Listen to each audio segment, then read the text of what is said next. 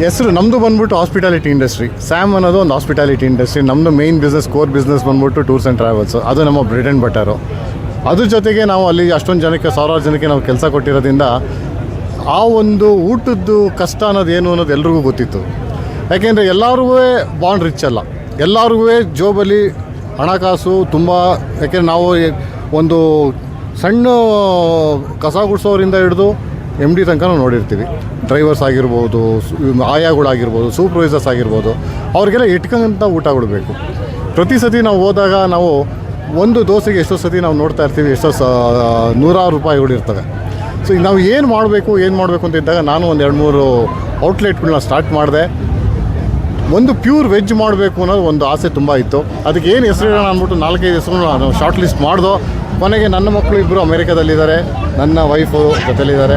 ಅವರೂ ಎಲ್ಲ ಸೇರ್ಕೊಂಡು, ಅವ್ರ ಫ್ರೆಂಡ್ ಎಲ್ಲ ಸೇರ್ಕೊಂಡು ಒಂದು 4-5 ಹೆಸರನ್ನ ಶಾರ್ಟ್ ಲಿಸ್ಟ್ ಮಾಡಿದ್ರು. ಕೊನೆಗೆ ನಾನು ಒಂದು 4-5 ಹೆಸರು ರಿಜಿಸ್ಟ್ರೂ ಮಾಡಿದಾಗ ನನ್ನ ವೈಫು ಇಲ್ಲ, ಶುದ್ಧ ತಿಂಡಿನೇ ಬೇಕು, ಯಾಕೆಂದರೆ ನಾವು ಶುದ್ಧವಾಗಿ ಕೊಡಬೇಕು ಅಂತ ಹೇಳಿದಾಗ ನಾವು ಈ ಜಾಗನ ಒಂದು ತುಂಬ ಶ್ರೇಷ್ಠದಿಂದ ಶುದ್ಧವಾಗಿ ಮಾಡಿದ್ದೀವಿ. ಅದರಲ್ಲಿ ಪ್ರತಿಯೊಂದು ಡೀಟೇಲಿಂಗು ನೀವು ನೋಡಬೇಕು.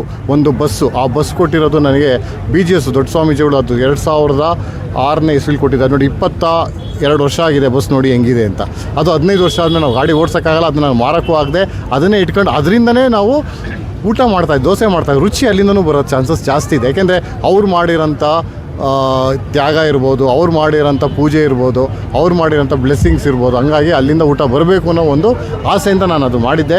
ಆಮೇಲೆ ಈಚೆನೂ ನೀವು ನೋಡಿದಾಗ ಒಂದು ಪ್ಯೂರ್ ಹಳ್ಳಿ ಅಟ್ಮಾಸ್ಫಿಯರ್ ಕೊಟ್ಟಿದ್ದೀನಿ ನಾನು. ಹಳ್ಳಿ ಅಟ್ಮಾಸ್ಫಿಯರ್ ಏನಕ್ಕೆ ಕೊಟ್ಟೆ ಅಂತ ಹೇಳಿದ್ರೆ, ಈಗಿನ ಕಾಲ ಮಕ್ಕಳಿಗೆ ನಾವು ಎಷ್ಟೋ ಜನ ಹಳ್ಳಿಗೆ ಹೋದಾಗ ಈಗ ಹಳ್ಳಿ ಎಲ್ಲ ಸಿಟಿಯಾಗಿ ಹೋಗ್ಬಿಟ್ಟಿದ್ದಾವೆ. ಎಷ್ಟೋ ಹಳ್ಳಿ ವಾತಾವರಣದಲ್ಲ. ನಾವು ಚಿಕ್ಕವರಿದ್ದಾಗ ಹಳ್ಳಿ ವಾತಾವರಣ ಹಂಗಿತ್ತು, ಇವತ್ತಿನ ಹಳ್ಳಿ ವಾತಾವರಣವೇ ಇಲ್ಲ. ಒಂದು ಮುಂಚೆ 100 ಎಕರೆ ಇತ್ತು, ಆಮೇಲೆ 5-6 ಎಕರೆ ಬಂತು. ಕೊನೆ ಈಗ ಹೋದಾಗ 1/4 ಎಕರೆ 3/4 ಎಕರೆ ಅಂತ ಇದ್ದಾರೆ. ಅದನ್ನು ಎಷ್ಟೋ ಜನ ಸೈಟ್ಗಳು ಮಾಡ್ಕೊಂಡು ಮಾರ್ಬಿಟ್ಟಿದ್ದಾರೆ. ಸೊ ಹಳ್ಳಿಗಳಿಗೆ ಮಕ್ಕಳು ಹೋದಾಗ ಅದೊಂದು ಆ ಅಟ್ಮಾಸ್ಫಿಯರ್ ನೋಡಿರೋದಿಲ್ಲ. ಅಟ್ಲೀಸ್ಟ್ ಸಿಟಿಲಿದ್ದಾಗ ಆ ಅಟ್ಮಾಸ್ಫಿಯರ್ ತರಬೇಕು ಅನ್ನೋ ಒಂದು ಇದರಲ್ಲಿ ಶುದ್ಧವಾದ ಒಂದು ಊಟನ ಒಂದು ಜಾಗದಲ್ಲಿ ಕೊಡಬೇಕು ಅನ್ನೋ ಒಂದು ಇಂಟೆನ್ಷನಿಂದ ನಾವು ಕೊಟ್ಟಿದ್ದು. ನನ್ನ ಹೆಂಡತಿ ಹೇಳ್ತಾ ಇರ್ತಾಳೆ, ಅದು 3 ವರ್ಡ್ ಹೇಳ್ತಾಳೆ, ಶುದ್ಧ, ರುಚಿ ಆ್ಯಂಡ್ ಸ್ವಚ್ಛ. ಸೊ ಶುದ್ಧ, ರುಚಿ, ಸ್ವಚ್ಛವಾಗಿ ಕೊಡಬೇಕು ಅಂತ ಅವಳ ಒಂದು ಆಸೆ ಇದೆ. ಸೊ ಹಂಗಾಗಿ ಅದನ್ನು ನಾವು ಮಾಡಬೇಕು ಅಂತ ನಾನು ತೀರ್ಮಾನ ಮಾಡಿದ್ದೆ. ನಾನು ಏನಂತ ಹೇಳಿದೆ ಅಂತ ನಿಮ್ಗೆ ಆಗಲೇ ನೋಡಿ, ತುಂಬ ಜನ ನಮಗೆ ವೆಲ್ ವಿಷಸ್ ತುಂಬ ಜನ ಇದ್ದಾರೆ. ಹಂಗಾಗಿ ನಾನು ಶುರುಲಿ ನನಗೆ ಗೊತ್ತಿರಲಿಲ್ಲ ಇದು ಯಾವುದು ಗ್ಯಾಸಿನ ಅಭಾವ ಆಗುತ್ತೆ ಅನ್ನೋದು ನನಗೆ ಗೊತ್ತಿರಲಿಲ್ಲ. ಅನೌನ್ಸ್ ಮಾಡಿಬಿಟ್ಟಾಗ ನಾವೇನು ಮಾಡಿದೆ ಅಂತ ಹೇಳಿದ್ರೆ, ಕೊಡೋಣ ಅಂತೇಳಿ ನಾನು ಹೈರ್ ಮಾಡಿದೆ.